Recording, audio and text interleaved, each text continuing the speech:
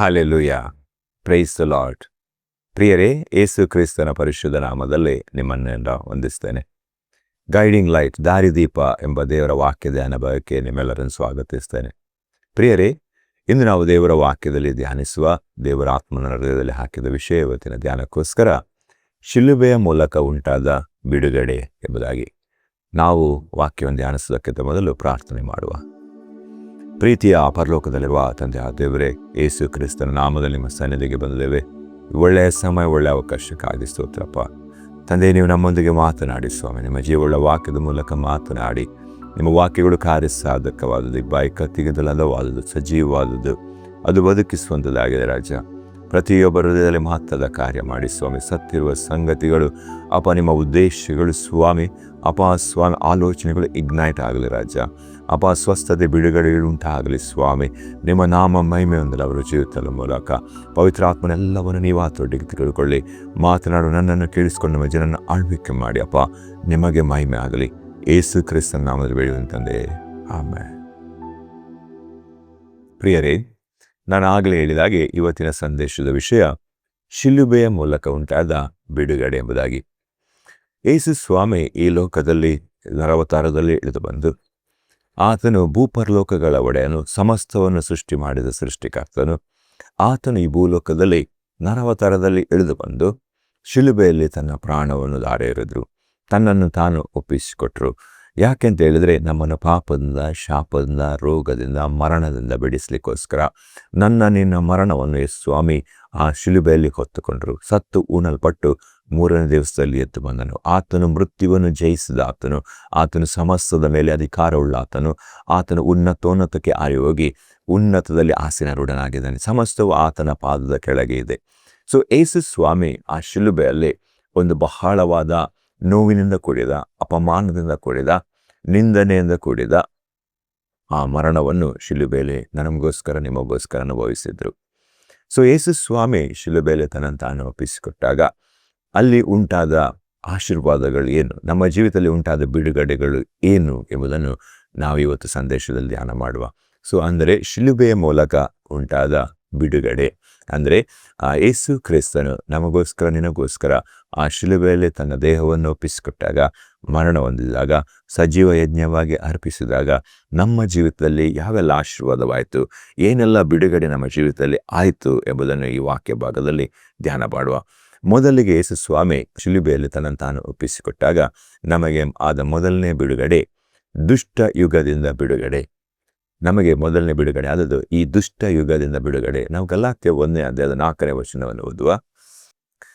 ಈತನು ನಮ್ಮನ್ನು ಕೆಟ್ಟವರಾಗಿರುವ ಈಗಿನ ದುಷ್ಟ ಯುಗದೊಳಗಿಂದ ಬಿಡಿಸಬೇಕೆಂದು ನಮ್ಮ ದೇವರ ಚಿತ್ತಕ್ಕೆ ಅನುಸಾರವಾಗಿ ನಮ್ಮ ಪಾಪಗಳ ದೆಸೆಯಿಂದ ತನ್ನನ್ನು ಮರಣಕ್ಕೆ ಒಪ್ಪಿಸಿದನು ಎಂಬುದಾಗಿ. ಹಾಲೆಲೂಯಾ. ಸೊ ಯೇಸು ಕ್ರಿಸ್ತನು ನಮ್ಮನ್ನು ಈ ದುಷ್ಟ ಯುಗದಿಂದ ಬಿಡಿಸ್ಲಿಕ್ಕೋಸ್ಕರ ಆತನು ತನ್ನನ್ನು ಮರಣಕ್ಕೆ ಒಪ್ಪಿಸಿಕೊಟ್ಟ ಆ ಶಿಲುಬೆಯಲ್ಲಿ. ಸೊ ಯೇಸು ಸ್ವಾಮಿ ಆ ಶಿಲುಬೆಯಲ್ಲಿ ಸತ್ತಾಗ ನಾವು ಕೂಡ ಸತ್ವಿ. When he died, we also died. So ನಾವು ಈ ದುಷ್ಟ ಯುಗದಿಂದ ಬೇರ್ಪಡಿಸಲ್ಪಟ್ಟಿದ್ದೇವೆ. ನಮಗೆ ಈ ದುಷ್ಟ ಯುಗದಿಂದ ಬಿಡುಗಡೆ ಆಗಿದೆ.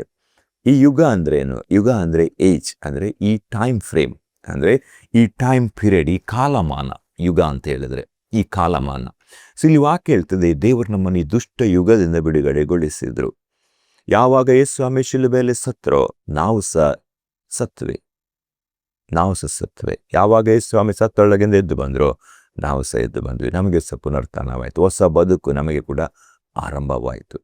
ಸೊ ಈಗ ನಾವು ಯೋಚನೆ ಮಾಡುವ, ಇಲ್ಲಿ ಹೇಳ್ತದೆ ದುಷ್ಟ ಯುಗ ಎಂಬುದಾಗಿರ್ತದೆ. ಸೊ ನಾವೆಲ್ಲರೂ ಕೂಡ ಒಂದು ನೋಡ್ತಾ ಇದ್ದೇವೆ, ಈ ಯುಗ, ಈ ಕಾಲಮಾನ, ಈ ಟೈಮ್ ಪೀರಿಯಡ್ ಏನಿದೆ ಬಹಳ ಕೆಟ್ಟು ಹೋಗಿದೆ. ನಾವೆಲ್ಲರೂ ಕೂಡ ಅದನ್ನು ಅಗ್ರಿ ಆಗ್ತೇವೆ. ಹೇಗೆ ಟೈಮ್ ಪಾಸ್ ಆಗ್ತಾ ಇದೆಯೋ ಕೆಟ್ಟತನ ಜಾಸ್ತಿ ಆಗ್ತಾ ಇದೆ. ಅನೇಕ ರೀತಿಯಲ್ಲಿ ಕೆಟ್ಟತನ ಜಾಸ್ತಿ ಆಗ್ತಾ ಇದೆ. ಆದರೆ ಈ ಯುಗದಲ್ಲಿ ಕಾಣಿಬರುವ ಒಂದು ಬಹಳ ಮುಖ್ಯವಾದ ವಿಷಯ ಏನಂದರೆ ಸ್ವಾರ್ಥ ಚಿಂತನೆ. ಪ್ರತಿಯೊಬ್ಬ ಅವನವನ ಸ್ವಾರ್ಥಕ್ಕಾಗಿ ಜೀವಿಸುವುದು. ವ್ಯಕ್ತಿಗಳು, ಮನುಷ್ಯರು ಜಾಸ್ತಿ ಸ್ವಾರ್ಥಿ ಆಗ್ತಾ ಇದ್ದಾರೆ ದಿನ ಹೋದಾಗೆ. ಇದು ಆ್ಯಕ್ಚುಲಿ ಕಡೆಯ ದಿವಸದ ಒಂದು ಸೈನ್, ಒಂದು ಗುರುತು. ನಾವು 2ನೇ ತಿಮೋತಿ 3ನೇ ಅಧ್ಯಾಯ 1-5ನೇ ವಚನ ಓದುವ. ಆದರೆ ಕಡೆಯ ದಿವಸಗಳಲ್ಲಿ ಕಠಿಣ ಕಾಲಗಳು ಬರುವುದೆಂಬುದನ್ನು ತಿಳಿದುಕೋ. ಮನುಷ್ಯರು ಸ್ವಾರ್ಥ ಚಿಂತಕರು, ಹಣದಾಸೆಯವರು, ಬಡಾಯಿ ಕೊಚ್ಚುವವರು, ಅಹಂಕಾರಿಗಳು, ದೂಷಕರು, ತಂದೆ ತಾಯಿಗಳಿಗೆ ಅವಿಧೇಯರು, ಉಪಕಾರ ನೆನೆಸಿದವರು, ದೇವರ ಭಯ ಇಲ್ಲದವರು, ಮಮತೆ ಇಲ್ಲದವರು, ಸಮಾಧಾನವಾಗದವರು, ಚಾಡಿ ಹೇಳುವವರು, ದಮೆ ಇಲ್ಲದವರು, ಉಗ್ರತೆಯುಳ್ಳವರು, ಒಳ್ಳೆಯದನ್ನು ಪ್ರೀತಿಸಿದವರು, ದ್ರೋಹಿಗಳು, ದುಡುಕಿನವರು, ಉಬ್ಬಿಕೊಂಡವರು, ದೇವರನ್ನು ಪ್ರೀತಿಸದೆ ಭೋಗಗಳನ್ನೇ ಪ್ರೀತಿಸುವವರು, ಭಕ್ತಿಯ ವೇಷವಿದ್ದು ಅದರ ಬಲವನ್ನು ಬೇಡವೆನ್ನುವರು ಆಗಿರುವರು ಎಂಬುದಾಗಿ. ಸೊ ಇಷ್ಟು ದೊಡ್ಡ ಲಿಸ್ಟ್ ಇದೆ. ಕಡೆಯ ದಿವಸದಲ್ಲಿ ಜನರು ಯಾವ ರೀತಿಯಲ್ಲಿ ಇರ್ತಾರೆ ಎಂಬುದಾಗಿ ನೀವು ಈ ಲಿಸ್ಟನ್ನು ಓದಿದರೆ ಈ ಎಲ್ಲ ಸಂಗತಿಗಳು ನಾವೀಗ ಕಾಣ್ತಾ ಇದ್ದೇವೆ, ಈ ಯುಗದಲ್ಲಿ ಕಾಣ್ತಾ ಇದ್ದೇವೆ, ಈ ಕಾಲಮಾನದಲ್ಲಿ ಕಾಣ್ತಾ ಇದ್ದೇವೆ. ಎಲ್ಲರೂ ಹೇಳೋದು ಈ ಕಾಲ ಕೆಟ್ಟೋಗಿದೆ ಈಗ. ಸೊ ಇದು ಸಾಮಾನ್ಯವಾದ ಮಾತು. ಇಲ್ಲಿ ನಾವು ಒಂದು ವಿಷಯವನ್ನು ತೆಗೆದುಕೊಂಡಿದ್ದೇನೆ ಏನಂತ ಹೇಳಿದರೆ ಸ್ವಾರ್ಥ ಚಿಂತಕರು. ಸೊ ಈ ಯುಗದಲ್ಲಿ ಜನರು ಸ್ವಾರ್ಥ ಚಿಂತಕರಾಗಿರಿ. It's all about them. ನಾನು, ನನಗೇನು ಬೇಕಾಗ್ತದೆ, ನನಗೇನು ಸಿಗ್ತದೆ ಎಂಬುದನ್ನೇ ಯೋಚನೆ ಮಾಡೋದು, ನನಗೆ ಹೇಗೆ ಒಳ್ಳೆಯದಾಗೋದು. ಸೊ ತಮಗೆ ಏನಾದರೂ ಸಿಗಬೇಕಾದ್ರೆ, ತಮಗೇನಾದರೂ ಒಳ್ಳೆಯದಾಗಬೇಕಾದ್ರೆ ಬೇರೆಯವರ ಕಾಲು ಎಳಿಲಿಕ್ಕೆ ರೆಡಿದ್ದಾರೆ, ಬೇರೆಯವರ ಅವಕಾಶಗಳನ್ನು ಕದ್ದುಕೊಳ್ಳಲಿಕ್ಕೆ ರೆಡಿದ್ದಾರೆ. It is a self centered life, not God centered life, ಸ್ವಾರ್ಥ ಜೀವಿತ. ಆದರೆ ದೇವರು ಈ ದುಷ್ಟ ಯುಗದ ನಮ್ಮನ್ನು ಬಿಡುಗಡೆಗೊಳಿಸಿದ್ದಾರೆ. ನಾವು ನಮಗೋಸ್ಕರ ಜೀವಿಸುವುದಲ್ಲ, ನಾವು ದೇವರಿಗಾಗಿ ಜೀವಿಸಲಿಕ್ಕೋಸ್ಕರ ನಮ್ಮನ್ನು ಆರಿಸಿ ತೆಗೆದುಕೊಂಡಿದ್ದಾರೆ. So to live God centered life. For example, Yesu ಸ್ವಾಮಿ ಈ ಲೋಕಕ್ಕೆ ಬಂದಾಗ ತನಗೋಸ್ಕರ ಜೀವಿಸಲಿಲ್ಲ, ತನ್ನ ತಂದೆಯ ಚಿತ್ತವನ್ನು ಮಾಡಲಿಕ್ಕೋಸ್ಕರ ಆತನು ಜೀವಿಸಿದ್ರು. ಅಷ್ಟು ಮಾತ್ರ ಅಲ್ಲ, ತನ್ನ ಹಿತವನ್ನು ಸುಖವನ್ನು ನೋಡಲಿಲ್ಲ, ನಮ್ಮ ಹಿತವನ್ನು ಸುಖವನ್ನು ನೋಡಿದರು. ಯೇಸು ಸ್ವಾಮಿ ಅವರ ಹಿತವನ್ನು ಸುಖವನ್ನು ನೋಡುವುದಾದರೆ ಅವರು ಪರಲೋಕದಲ್ಲಿ ಇರ್ತಿದ್ರು, ಅವರು ಭೂಲೋಕಕ್ಕೆ ಬರ್ತಿರಲಿಲ್ಲ. ಆತನು ನನ್ನ ಹಿತವನ್ನು, ನಮ್ಮ ಸುಖವನ್ನು ನೋಡಿ ಪರಲೋಕವನ್ನು ತ್ಯಜಿಸಿ, ಸೌಭಾಗ್ಯವನ್ನು ತ್ಯಜಿಸಿ, ಶಿಲುಬೆಯ ಮರಣವನ್ನು, ನೋವನ್ನು ಅನುಭವಿಸಲಿಕ್ಕೆ ಈ ಲೋಕಕ್ಕೆ ಇಳಿದು ಬಂದರು. ಯೇಸು ಸ್ವಾಮಿ ಈ ಲೋಕಕ್ಕೆ ಇಳಿದು ಬಂದು ನನ್ನನ್ನು ಪಾಪದಿಂದ, ಶಾಪದಿಂದ, ಮರಣದಿಂದ, ನಿತ್ಯ ನರಕದಿಂದ ಬಿಡಿಸಲಿಕ್ಕೋಸ್ಕರ ಆ ಶಿಲುಬೆ ತನ್ನನ್ನು ತಾನು ಒಪ್ಪಿಸಿಕೊಟ್ರು. ಸೊ ಯೇಸು ಸ್ವಾಮಿ ತನ್ನನ್ನು ತಾನು ಶಿಲುಬೆಯಲ್ಲಿ ಒಪ್ಪಿಸಿಕೊಟ್ಟಾಗ ಅದು ನಮಗೆ, ನಿಮಗೆ ಪರಲೋಕಕ್ಕೆ ಹೋಗಲಿಕ್ಕೆ ಏಣಿ ಆಯಿತು. ಹಲ್ಲೆಲೂಯಾ. ನಾವು ನಮ್ಮ ಒಳ್ಳೆಯದಕ್ಕೋಸ್ಕರ ಬೇರೆಯವರ ಅವಕಾಶಗಳನ್ನು ಕದಿಯುವುದಲ್ಲ, ಕಾಲೆಳೆಯುವುದಲ್ಲ, ನಾವು ಮೇಲೆ ಹೋಗ್ಲಿಕ್ಕೋಸ್ಕರ, ನಾವು ಬೇರೆಯವರು ಮೇಲೆ ಹೋಗ್ಲಿಕ್ಕೋಸ್ಕರ ನಾವು ಏಣಿ ಆಗಬೇಕು. ಇದು ಜೀವಿತ, ಇದು ದೇವರು ಬಯಸುವ ಜೀವಿತ, ಇದೇ ಸ್ವಾಮಿ ಮಾಡಿದ ಮಾದರಿಯ ಜೀವಿತ. ಹಲ್ಲೆಲೂಯಾ. ಸೊ ದೇವರು ನಮ್ಮನ್ನು ಈ ದುಷ್ಟ ಯುಗದಿಂದ ಬಿಡುಗಡೆ ಮಾಡಿದರು, ಹೊರಗೆ ತೆಗೆದರು. ಸ್ವಾರ್ಥ ಚಿಂತನೆಯ ಜೀವಿತದಿಂದ ಹೊರಗೆ ತೆಗೆದರು. ಯಾವಾಗ ಪವಿತ್ರ ಆತ್ಮ ನಮ್ಮೊಳಗೆ ಬಂದು ನೂತನ ಸ್ವಭಾವವನ್ನು ಹುಟ್ಟಿಸಿದ್ನೋ, ಆ ನೂತನ ಸ್ವಭಾವ ನಮ್ಮ ಆಶೆ ಪ್ರವೃತ್ತಿಗಳನ್ನು ತ್ಯಜಿಸಿ ದೇವರ ಆಶೆ ಪ್ರವೃತ್ತಿಗಳನ್ನು ಹಿಂಬಾಲಿಸುವಾಗೆ ನಮ್ಮ ಮನಸ್ಸನ್ನು ಬದಲು ಮಾಡಿತು. ಹಲ್ಲೆಲೂಯಾ. ಸೊ ಎರಡನೇ ಬಿಡುಗಡೆ, ಧರ್ಮಶಾಸ್ತ್ರದಿಂದ ಬಿಡುಗಡೆ. ಗಲಾತ್ಯ 2ನೇ ಅಧ್ಯಾಯ 19ನೇ ವಚನ. ನಾನಂತೂ ದೇವರಿಗೋಸ್ಕರ ಜೀವಿಸೋದಕ್ಕೋಸ್ಕರ ಧರ್ಮ ಪ್ರಮಾಣದ ಮೂಲಕವಾಗಿ ಧರ್ಮ ಪ್ರಮಾಣದ ಪಾಲಿಗೆ ಸತ್ತೆನು. ಸೊ ನಾವು ಧರ್ಮಶಾಸ್ತ್ರದ ಪಾಲಿಗೆ ನಾವು ಸತ್ತವರಾಗಿದ್ದೇವೆ, ನಾವು ನೀತಿಗೆ, ಕೃಪೆಗೆ ಬದುಕುವವರಾಗಿದ್ದೇವೆ, ಜೀವಿಸುವವರಾಗಿದ್ದೇವೆ. ಹಲ್ಲೆಲೂಯಾ. ಸೊ ಧರ್ಮ ಪ್ರಮಾಣ ಅಂದರೆ ಏನು? ಧರ್ಮ ಪ್ರಮಾಣ ಅಂದರೆ ಇಲ್ಲಿ ಜಾತಿ, ಧರ್ಮ, ಕುಲ, ಪಂಗಡ, ಅದಕ್ಕೋಸ್ಕರ ನಾವು ಸತ್ತಿದ್ದೇವೆ. ಹಲ್ಲೆಲೂಯಾ. ನಾವೀಗ ಜಾತಿ, ಧರ್ಮ, ಕುಲ, ಪಂಗಡಕ್ಕೋಸ್ಕರ ಬದುಕುವುದಲ್ಲ, ದೇವರಿಗಾಗಿ ಜೀವಿಸುವುದು, ದೇವರಿಗಾಗಿ ಬದುಕುವಂಥದ್ದು. ನಾವು it is not religion, it is relationship. ಯಾವುದೇ ಜಾತಿ, ಧರ್ಮ, ಕುಲ, ಪಂಗಡ, ಗೋತ್ರ ಅಲ್ಲ, ದೇವರೊಂದಿಗೆ ಸಂಬಂಧ, ಅದಕ್ಕೋಸ್ಕರ ಜೀವಿಸುವುದು. ಹಲ್ಲೆಲೂಯಾ. ರಿಲಿಜನ್ ಅಂತ ಹೇಳಿದರೆ ನಮ್ಮ ಪ್ರಯತ್ನದಿಂದ ದೇವರನ್ನು ಮೆಚ್ಚಿಸಲಿಕ್ಕೆ ನೋಡುವುದು. ರಿಲೇಶನ್ಶಿಪ್ ಅಂತ ಹೇಳಿದರೆ ದೇವರ ಆತ್ಮನ ಬಲದಿಂದ ದೇವರಿಗಾಗಿ ಜೀವಿಸುವುದು. ದೊಡ್ಡ ಡಿಫರೆನ್ಸ್ ಇದೆ. ಮೊದಲು ನಾವು ಸಂಪ್ರದಾಯಗಳನ್ನು ಹಿಂಬಾಲಿಸುವ ಜಾತಿ, ಧರ್ಮ, ಕುಲ, ಗೋತ್ರದಲ್ಲಿದ್ವಿ. ಆದರೆ ಈಗಲಾದರೂ ದೇವರ ಸ್ವರವನ್ನು ಹಿಂಬಾಲಿಸುವ ದೇವರ ಕುರಿಗಳಾಗಿದ್ದೇವೆ. ಹಲ್ಲೆಲೂಯಾ. ಸೊ ನಾವು ನಿಯಮಗಳನ್ನು ಪಾಲಿಸುವುದಲ್ಲ, ಸಂಪ್ರದಾಯಗಳನ್ನು ಪಾಲಿಸುವುದಲ್ಲ, ದೇವರ ಸ್ವರವನ್ನು ಹಿಂಬಾಲಿಸುವುದು. ಏನು ನಮ್ಮ ತಂದೆ, ಅವರ ತಂದೆ, ಮುತ್ತಾತಗಳು ಮಾಡಿಕೊಂಡು ಬಂದಿದ್ದಾರೆ, ಆ ಸಂಪ್ರದಾಯಗಳು, ನಿಯಮಗಳು, ರಿಲಿಜಿಯಸ್ ಥಿಂಗ್ಸ್, ಪದ್ಧತಿಗಳು, ಅದನ್ನು ಮಾಡುವುದಲ್ಲ. ಅದರ ಪಾಲಿಗೆ ನಾವು ಸತ್ತು ದೇವರ ಸ್ವರವನ್ನು ಕೇಳಿ ದೇವರ ಆತ್ಮನ ಬಲದಿಂದ ದೇವರಿಗಾಗಿ ಜೀವಿಸುವುದು. ಪ್ರತಿ ದಿವಸ ಒಂದು ಸಂಬಂಧ, ದೇವರೊಂದಿಗೆ ರಿಲೇಶನ್ಶಿಪ್. ರಿಲಿಜನ್ ಅಲ್ಲ, ಮೆಥಡ್ ಅಲ್ಲ, ಕಾರ್ಯಕ್ರಮ ಅಲ್ಲ. Every day living in fellowship with the holy spirit. ದೇವರೊಂದಿಗೆ ಒಂದು ಸಂಬಂಧದಲ್ಲಿ ಜೀವಿಸುವುದು. ಸೊ ನಾವು ಯೇಸು ಸ್ವಾಮಿ ಶಿಲುಬೆಯಲ್ಲೇ ಸತ್ತಾಗ ನಾವು ಧರ್ಮ ಪ್ರಮಾಣದ ಪಾಲಿಗೆ ಸತ್ತುವೆ. ನಾವು ನೀತಿಗಾಗಿ ದೇವರೊಂದಿಗೆ ಸಂಬಂಧ ಮಾಡ್ತಾ ಜೀವಿಸ್ಲಿಕ್ಕೋಸ್ಕರ ಇದ್ದೇವೆ. ಯಾವುದೇ ಜಾತಿ, ಧರ್ಮ, ಕುಲ, ಗೋತ್ರ, ಪಂಗಡದ ನಿಯಮವನ್ನು ಅನುಸರಿಸಲಿಕ್ಕೆ ಅಲ್ಲ. ರಿಲಿಜನ್ ಅಲ್ಲ, ರಿಲೇಶನ್ಶಿಪ್, ಯೇಸುವಿನೊಟ್ಟಿಗೆ ಸಂಬಂಧ. ಸೊ ಮೂರನೇದು, ನಮ್ಮನ್ನು ಪಾಪದಿಂದ ಬಿಡುಗಡೆಗೊಳಿಸಿದ್ರು. ನಾವು ರೋಮಪುರ 6ನೇ ಅಧ್ಯಾಯದ 6ನೇ ವಚನ ಓದುವ. ಪಾಪಾಧೀನ ಸ್ವಭಾವವು ನಾಶವಾಗಿ ನಾವು ಇನ್ನೂ ಪಾಪದ ವಶದಲ್ಲಿ ಇರದಂತೆ ನಮ್ಮ ಪೂರ್ವ ಸ್ವಭಾವವು ಕ್ರಿಸ್ತನ ಮೂಲಕ ಶಿಲುಬೆಗೆ ಹಾಕಲ್ಪಟ್ಟಿದೆ ಎಂದು ತಿಳಿದಿದ್ದೇವೆ. ಸತ್ತವನು ಪಾಪದ ವಶದಿಂದ ಬಿಡುಗಡೆಯಾಗಿದ್ದಾನೆ. ಹಲ್ಲೆಲೂಯಾ. ಸೊ ಮೂರನೇದು, ನಾವು ಯೇಸು ಸ್ವಾಮಿ ಶಿಲುಬೆಯಲ್ಲಿ ಸತ್ತಾಗ ನಮಗೆ ಪಾಪದಿಂದ ಬಿಡುಗಡೆ ಆಯಿತು, ಪಾಪದ ವಶದಿಂದ ಬಿಡುಗಡೆ ಆಯಿತು. ನಾವೆಲ್ಲರೂ ಕೂಡ ಈ ಲೋಕದಲ್ಲಿ ನಾವು ಯೇಸು ಕ್ರಿಸ್ತನ ಅಂಗೀಕರಿಸೋದಕ್ಕಿಂತ ಮೊದಲು ಪಾಪದ ವಶದಲ್ಲಿದ್ವಿ, ಪಾಪದ ಬಂಧನದಲ್ಲಿದ್ವಿ. ಪಾಪ ನಮ್ಮನ್ನು ಆಳ್ವಿಕೆ ಮಾಡ್ತಿತ್ತು, ಪಾಪ ನಮ್ಮ ಮೇಲೆ ಅಧಿಕಾರ ನಡೆಸ್ತಾ ಇತ್ತು. ನಮ್ಮನ್ನು ವಶ ಮಾಡಿ ನಾವು ಮಾಡಬೇಕಾದ ಒಳ್ಳೆಯ ಕಾರ್ಯಗಳನ್ನು ಮಾಡದೆ ಕೆಟ್ಟ ಕೆಲಸವನ್ನೇ, ಪಾಪವನ್ನೇ ಮಾಡುವಂತೆ ಅದು ನಮ್ಮ ಮೇಲೆ ಪ್ರಭಾವ ಬೀಳ್ತಾ ಇತ್ತು. ನಾವು ರೋಮಪುರ 7ನೇ ಅಧ್ಯಾಯ 19-20 ವಚನ ಓದುವ. ನಾನು ಮೆಚ್ಚುವ ಒಳ್ಳೆಯ ಕಾರ್ಯಗಳನ್ನು ಮಾಡದೆ ಮೆಚ್ಚದಿರುವ ಕೆಟ್ಟ ಕಾರ್ಯವನ್ನೇ ಮಾಡುವವನಾಗಿದ್ದೇನೆ. ಮಾಡಬಾರದೆನ್ನುವ ಕೆಲಸವನ್ನು ನಾನು ಮಾಡಿದರೆ ಅದನ್ನು ಮಾಡಿದವನು ಇನ್ನು ನಾನಲ್ಲ, ನನ್ನಲ್ಲಿ ನೆಲೆಗೊಂಡಿರುವ ಪಾಪವೇ ಅದನ್ನು ಮಾಡಿತು. ಹಲ್ಲೆಲೂಯಾ. ಸೊ ಬಹಳ ಅದ್ಭುತವಾದ ವಿಷಯ. ಇಲ್ಲಿ ನಾವು ನೋಡುವಾಗ ನಾವು ಮೆಚ್ಚುವ ಒಳ್ಳೆ ಕಾರ್ಯವನ್ನು ಮಾಡದೆ ಮೆಚ್ಚದಿರುವ ಕೆಟ್ಟ ಕಾರ್ಯಗಳನ್ನೇ ಮಾಡ್ತಾ ಇದ್ದೇವೆ. ಯಾಕೆ ಮಾಡ್ತಾ ಇದ್ದೇವೆ? ನಮ್ಮನ್ನು ಆಳ್ವಿಕೆ ಮಾಡುವ ಪಾಪ ಅದನ್ನು ಮಾಡುವಾಗೆ ಮಾಡ್ತಾ ಇದೆ. ಹಲ್ಲೆಲೂಯಾ. ಆದರೆ ನಮ್ಮ ದೇವರಿಗೆ ಸ್ತೋತ್ರ, ಯೇಸು ಸ್ವಾಮಿ ಶಿಲುಬೆಯಲ್ಲಿ ಮರಣ ಹೊಂದಿದಾಗ ನಮ್ಮ ಮೇಲೆ ಆಳ್ವಿಕೆ ಮಾಡ್ತಾ ಇದ್ದ ಆ ಪಾಪಕ್ಕೆ ದೇವರು ಮರಣದಂಡನೆ ಕೊಟ್ಟರು, ಆ ಪಾಪವನ್ನು ಸಾಯಿಸಿದ್ರು. ರೋಮಪುರ 8ನೇ ಅಧ್ಯಾಯದ 3ನೇ ವಚನ. ಧರ್ಮಶಾಸ್ತ್ರವು ನಮ್ಮ ಶರೀರಾಧೀನ ಸ್ವಭಾವದ ನಿಮಿತ್ತ ನಿರ್ಬಲವಾಗಿ ಯಾವ ಕೆಲಸವನ್ನು ಮಾಡಲಾರದೆ ಇತ್ತೋ ಅದನ್ನು ದೇವರೇ ಮಾಡಿದರು. ಏನೆಂದರೆ, ಆತನು ಪಾಪ ನಿವಾರಣೆಗಾಗಿ ತನ್ನ ಮಗನನ್ನು ಪಾಪಾಧೀನವಾದ ನರಭಾವದ ರೂಪದಲ್ಲಿ ಕಳಿಸಿಕೊಟ್ಟು ನರಭಾವದಲ್ಲಿಯೇ ಪಾಪಕ್ಕೆ ಮರಣದಂಡನೆ ವಿಧಿಸಿದನು. ಹಲ್ಲೆಲೂಯಾ. ಬಹಳ ಅದ್ಭುತವಾದ ಕಾರ್ಯ. ನಮ್ಮ ಒಳಗೆ ಅಧಿಕಾರ ನಡೆಸ್ತಾ ಇದ್ದ, ಆಳ್ವಿಕೆ ಮಾಡ್ತಾ ಇದ್ದ ಆ ಪಾಪಕ್ಕೆ ದೇವರು ಮರಣದಂಡನೆಯನ್ನು ಕೊಟ್ಟರು. ಯಾವಾಗ ಯೇಸು ಕ್ರಿಸ್ತನ ಶಿಲುಬೆಯಲ್ಲಿ ಮರಣ ಹೊಂದಿದಾಗ ತಂದೆಯಾದ ದೇವರು ನಮ್ಮೆಲ್ಲ ಪಾಪಗಳನ್ನು ಆತನ ಮೇಲೆ ಹಾಕಿ ಅದಕ್ಕೆ ಪಾಪಕ್ಕೆ ಮರಣದಂಡನೆ ಕೊಟ್ಟರು. ಈಗ ಪಾಪಕ್ಕೆ ನಮ್ಮ ಮೇಲೆ ಅಧಿಕಾರ ಇಲ್ಲ, ಪಾಪಕ್ಕೆ ನಮ್ಮ ಮೇಲೆ ಡೊಮಿನಿಯನ್ ಇಲ್ಲ, ಅಧಿಕಾರ ನಡೆಸಲಿಕ್ಕೆ ಸಾಧ್ಯವಿಲ್ಲ, ಆಳ್ವಿಕೆ ಮಾಡಲಿಕ್ಕೆ ಆಗೋದಿಲ್ಲ. ನಮ್ಮನ್ನು ಪಾಪದ ವಶದಿಂದ ಯೇಸು ಸ್ವಾಮಿ ಬಿಡಿಸಿದ್ರು ಆ ಶಿಲುಬೆಯಲ್ಲಿ ಮರಣ ಹೊಂದಿದಾಗ. ಹಲ್ಲೆಲೂಯಾ. 4ನೇದಾಗಿ, ಶರೀರಾಧೀನ ಭಾವದಿಂದ ನಮಗೆ ಬಿಡುಗಡೆ ಸಿಕ್ಕಿತ್ತು.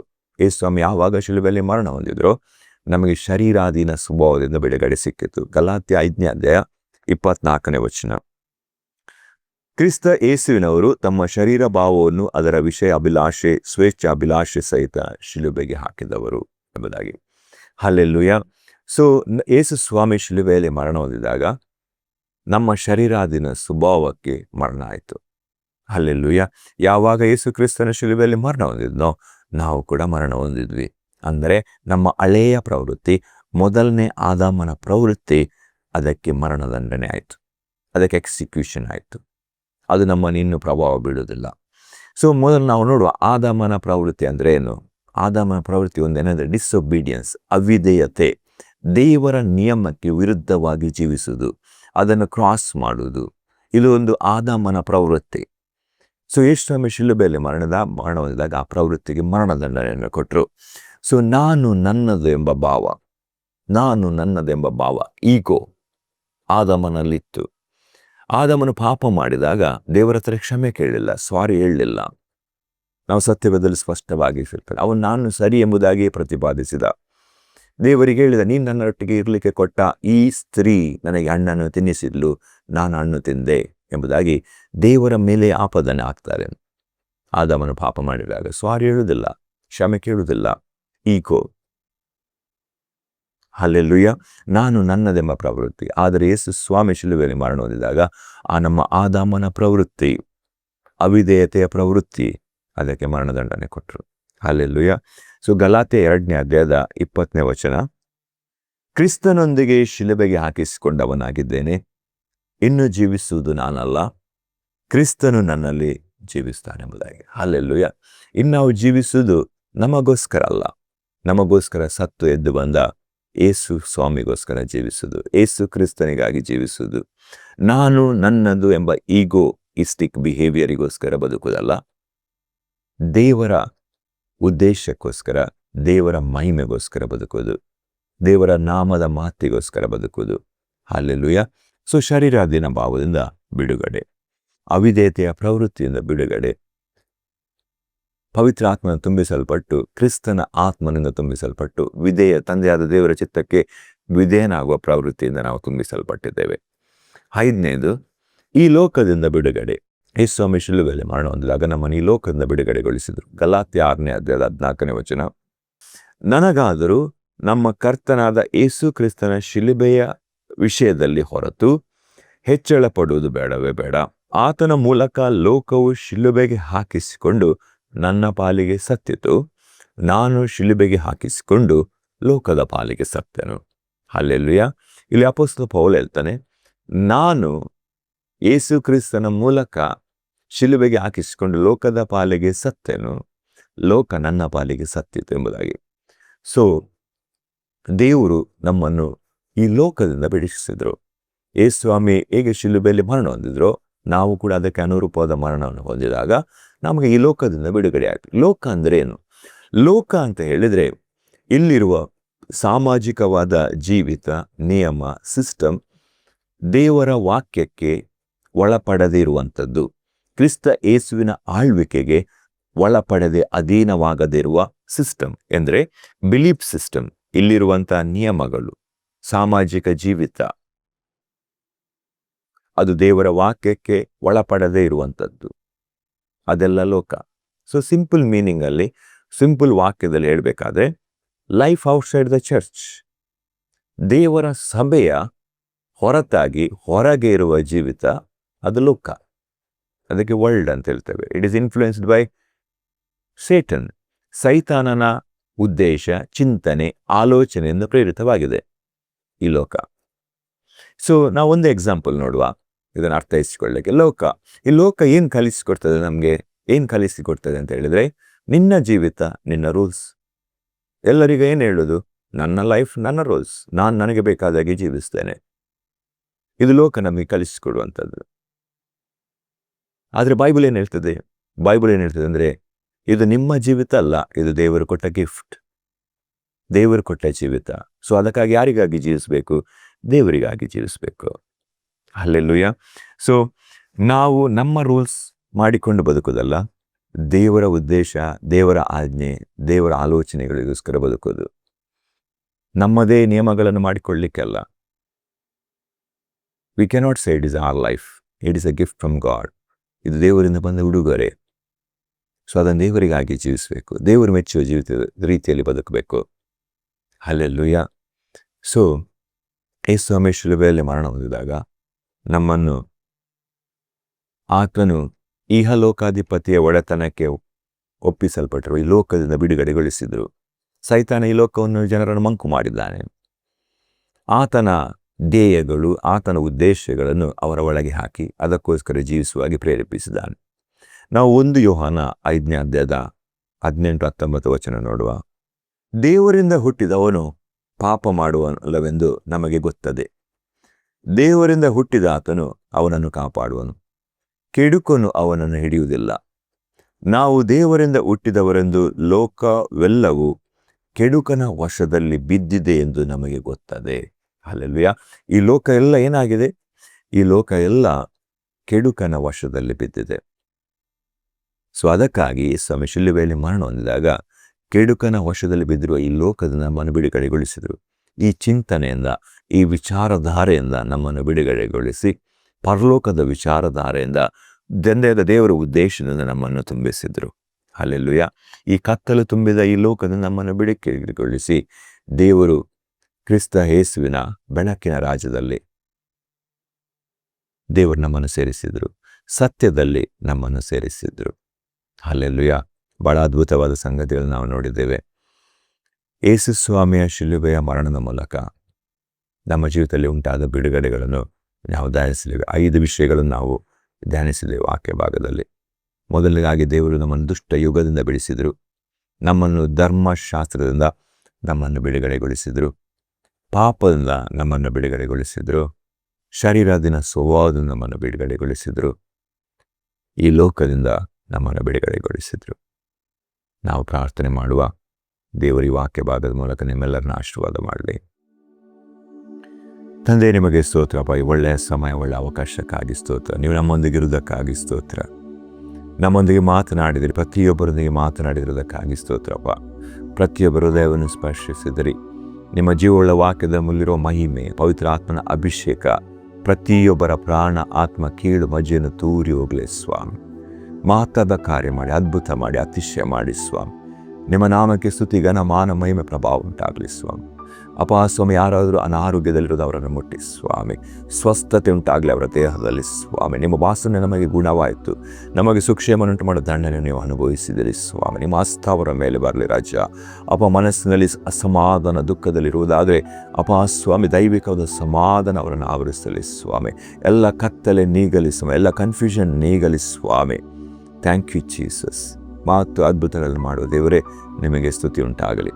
ಯೇಸು ಕ್ರಿಸ್ತನ ನಾಮದಲ್ಲಿ ಬೇಡಿ ಹೊಂದಿದ್ದೇವೆ, ಆಮೆನ್.